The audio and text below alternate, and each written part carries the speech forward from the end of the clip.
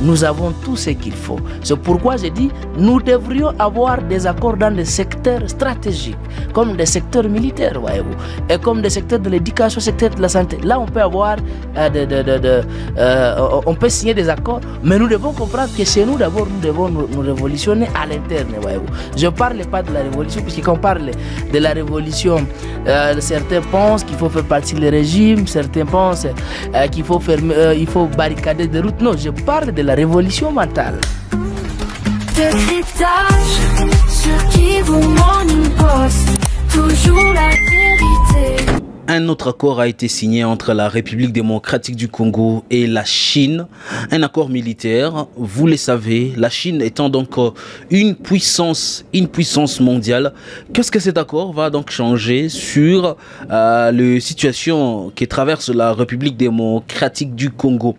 Nous allons en parler aujourd'hui. Nous allons décrypter cet accord, cette nouvelle opportunité pour la République démocratique du Congo avec la Chine, bien sûr, après une rencontre à Beijing entre les autorités congolaises et les autorités chinoises. Pour en parler, je reçois aujourd'hui dans cette émission de cryptage Espoir Aspirine. Bonjour et bienvenue.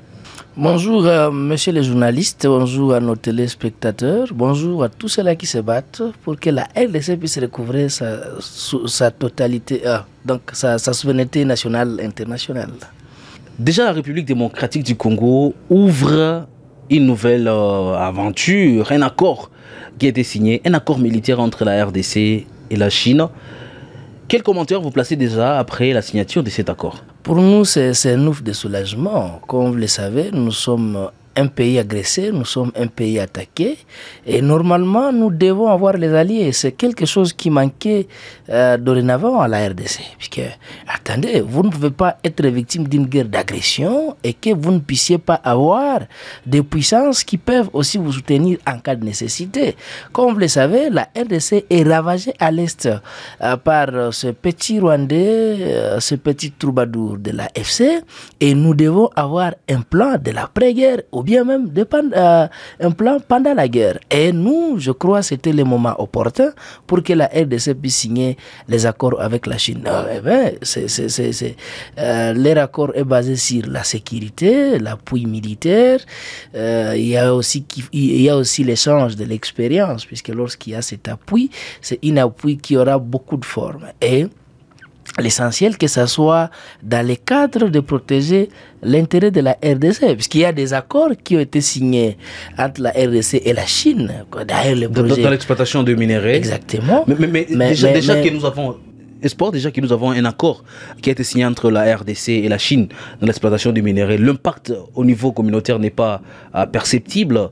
Est-ce qu'il n'y a pas lieu encore de craindre avec cet accord militaire qui a été signé entre les deux pays? Non, le problème n'était pas de la Chine, monsieur le journaliste. Le problème était les personnes qui négociaient notre part d'intérêt. Ce sont les Congolais eux-mêmes qui ont accepté de détourner ce que devraient bénéficier les citoyens congolais.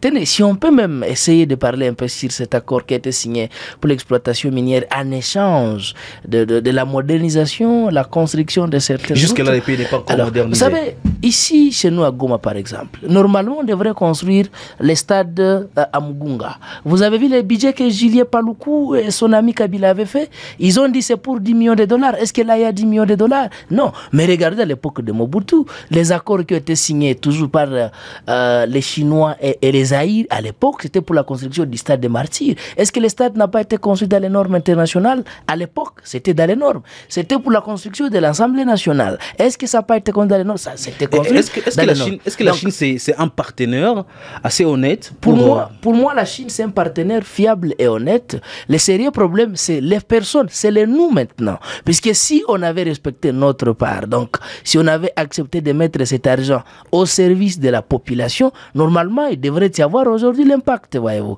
Donc moi, je ne peux pas critiquer négativement ce contrat qui a été signé entre la RDC et la Chine, donc cette coopération militaire. Moi, je ne peut cette fois-ci demander à nos autorités de se distinguer de ces régimes passés. Malheureusement, c'est toujours les mêmes personnes, puisque Julien Paluku, il est toujours là, et les autres, c'est là qui étaient ici en province, c'est toujours ceux-là qui sont toujours dans l'état de siège. Dans cet environnement, cet environnement de signature des accords avec la Chine, vous venez de le dire, c'est nous les problèmes. Qu'est-ce que vous craignez?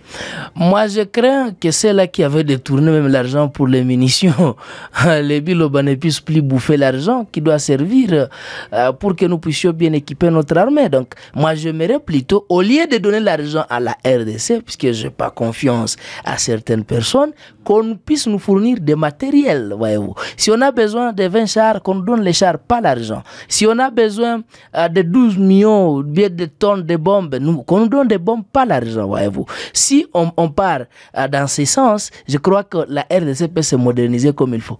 Mais vous savez, messieurs les journalistes, bon, je ne mets pas en cause la crédibilité ou bien la confiance de certains ministres, mais je crois que si cette fois-ci ils mettent en avant l'intérêt communautaire, je crois que nous avons intérêt de mieux réaliser notre part des contrats. Donc nous avons intérêt de mieux mettre au profit, donc de mieux mettre l'intérêt général en avant que l'intérêt privé. Analysons la question avec la dimension de la coopération.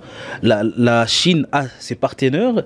La Chine également a des pays qui menacent cette puissance. Est-ce qu'on n'est pas en train de s'attirer la foudre d'autres pays qui ne sont pas d'accord avec la politique chinoise? C'est tout à fait normal. L'ami de ton ami, c'est mon ami. L'ennemi de ton ennemi, c'est mon ennemi. De faire face, par exemple, aujourd'hui aux États-Unis. Vous devez comprendre. Les États-Unis, l'Europe en général sont des puissances en voie de disparition. La France, si on peut parler, puisque la France fait partie des pays qui attaquent la Chine. Mais la France, c'est un pays vidé de toute substance. C'est un pays en voie de disparition dont l'économie de la France, ça continue ainsi jusqu'en 2030, mais seront des mendiants, voyez-vous. Donc la politique chinoise et la politique occidentale, il y a une très très grande différence. Et nous, on pense que la politique chinoise, c'est la politique favorable aux Africains, voyez-vous. Contrairement à la politique européenne ou bien à la politique occidentale.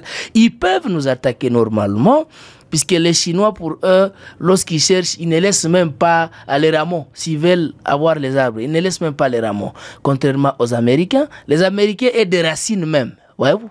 Et des racines même. Ils vont nous attaquer, mais nous devons aussi comprendre que si on a signé ces accords, ça veut dire que cette fois-ci, on a compris qu'il fallait les faire. Depuis l'indépendance, la RDC n'a jamais eu un partenaire connu. Voyez-vous? La RDC n'a jamais un partenaire connu. Il nous trompe que nous avons des liens privilégiés, nous avons des liens privilégiés. Non, or, il n'y en a pas. Voyez-vous. Donc, chez nous, nous allons essayer avec les Chinois dans le cadre de la coopération militaire, puisque nous avions vu ce qu'ils font au monde. Dans une dimension, espoir des rapports des forces, est-ce qu'aujourd'hui, face aux ennemis de la Chine qui vont peut-être se retourner contre nous, est-ce que la Chine est capable ou la Chine est prête à sacrifier ses intérêts pour l'intérêt de la République démocratique du Congo? Nous devons comprendre, en matière de coopération, ce sont les intérêts qui comptent. Donc, ça dépend de ce que nous, on va garantir aux Chinois. C'est ce qui va leur permettre de faire ce que nous, on a demandé. C'est pourquoi j'ai dit que tout le monde doit respecter sa part de responsabilité. Lorsque vous signez un contrat, ça veut dire que vous avez cédé quelque chose, l'autre a cédé quelque chose, et vous avez pris quelque chose comme responsabilité. Et votre part de responsabilité peut être soit vos devoirs, voyez-vous. Donc, ça dépend aux deux parties contractants de respecter tout le monde sa part de responsabilité. Je suis sûr et certain qu'il y aura des remords chez les Français, chez les Américains, puisque, attendez, aujourd'hui, dans l'armement, aujourd'hui, c'est la technologie qui domine. Et pour que nous ayons la technologie de pointe, il faut tout ce que nous avons en RDC. Nous avons l'uranium. Et attention, l'uranium, c'est ce qui nous aide pour que nous ayons des bombes atomiques. Or, le monde de demain, ça sera dirigé par ceux-là qui ont une puissance militaire. Et nous, qui avions la matière première, mais nous devons être dans les cercles de ceux-là qui ont quand même l'armement la plus efficace au monde. Finissons ces numéros de décryptage avec la dernière question. À qui la RDC devrait se fier exactement? Personnellement, je l'ai dit... Il y a des accords qui ont été signés, plusieurs accords. Exact. À qui on doit se fier exactement? La RDC n'a pas droit d'attendre le secours à telle ou telle autre personne.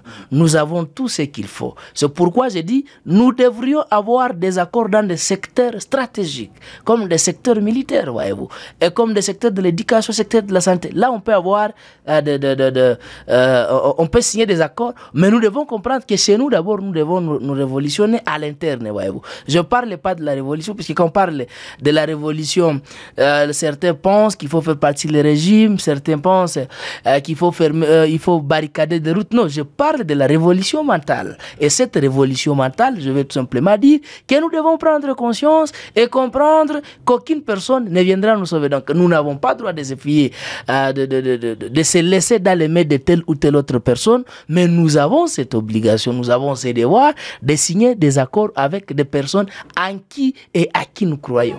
Fin de cette émission de cryptage. Je précise ici les derniers numéros sur Kivu Morning Post dans votre état de célibataire. Oui, exactement. Demain, c'est votre mariage. Je me marie demain, puis je profite de dire à nos téléspectateurs, prenez un verre quand même à l'honneur d'Aspirine.